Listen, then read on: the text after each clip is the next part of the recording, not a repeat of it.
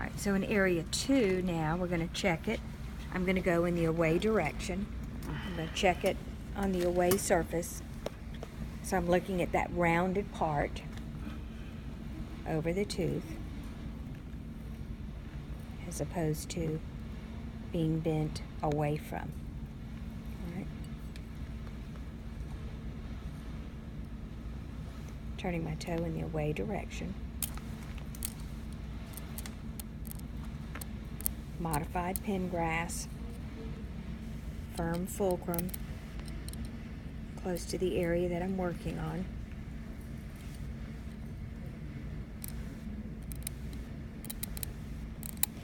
Lateral pressure on my coronal stroke.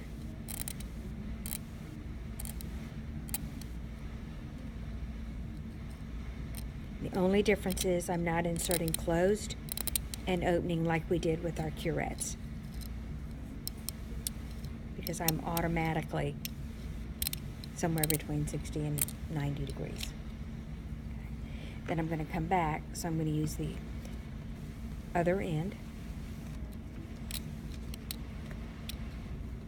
and I'm using complete indirect vision.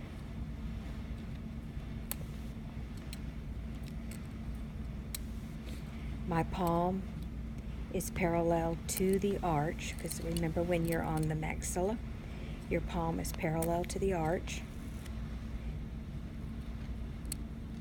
When you're on the mandible, your palm is down, parallel to the arch.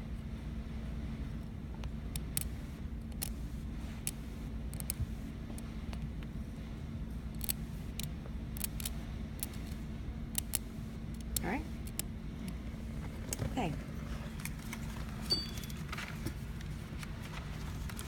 Now we're going to move to our 2 posterior sickles, and the 2 that you have in your kit are the 204S and the Navy 2, and they look entirely different than one another. All right, so we're going to start with the 204S, and it's used in the posterior. And on permanent teeth, it is best used around line angles and into the proximal areas, as opposed to line angle across the buccal and the lingual. So we're going to learn it around line angles only. So we have to determine the correct end. So we're going to check it, and this is the lower third of the shank. We want it parallel with the long axis of the tooth.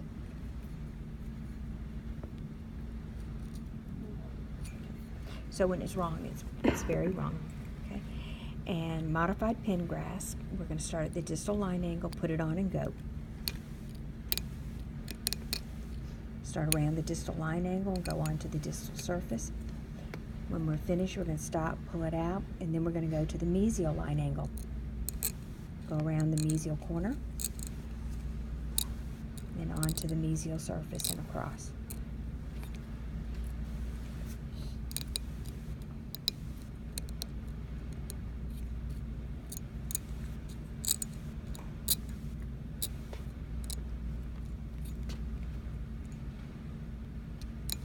Now, if I were in the mouth, I would be using my mirror to retract the cheek.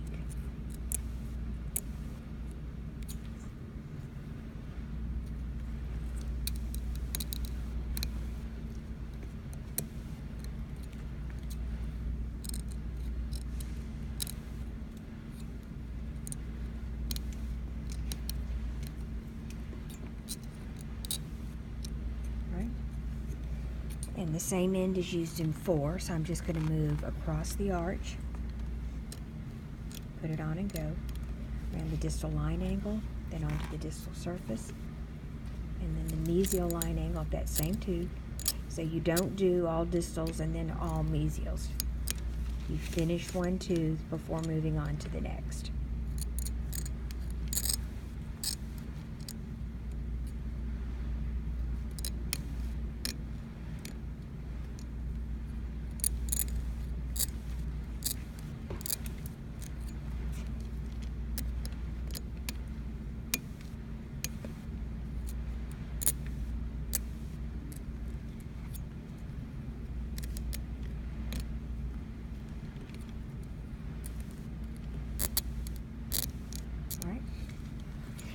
And then for 5 and 6, I'm going to turn the mannequin towards me. I'm going to go back to my 11:30 position, flip my end, but I'm going to check it. I'm going to come across the arch, not around, and check for my lower third of the shank. If it's wrong, it's very wrong. And again, I'm going to come through, just a line angle, toe on, terminal third.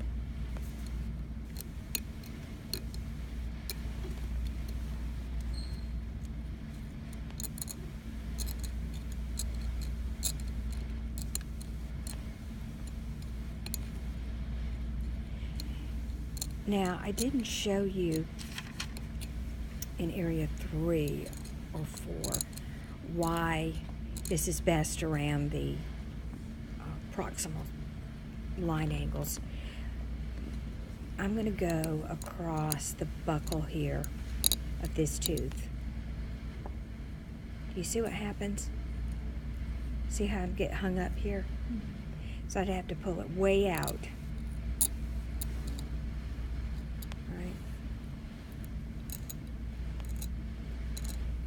And when we get to the navy too, you'll understand why this one is better this way, and the navy too we're going to use across the buckle and the lingual, as well as in proximal.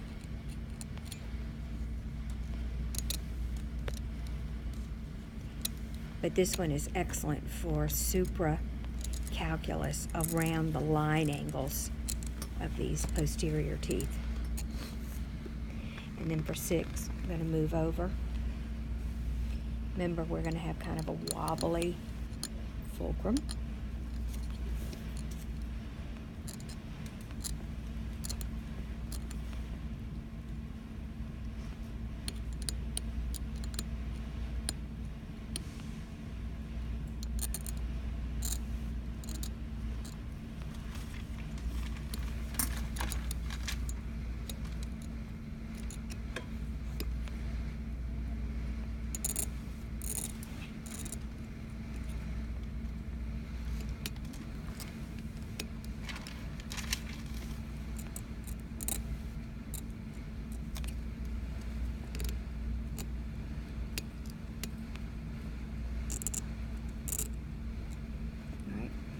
Now I'm in the position for areas 3 and 4 on the maxilla. So I'm going to plant my fulcrum, and I'm going to check for the correct end. Bring my hand around to the lingual.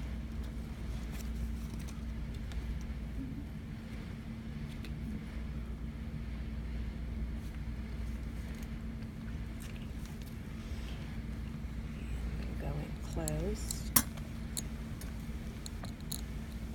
Rolled over my fulcrum.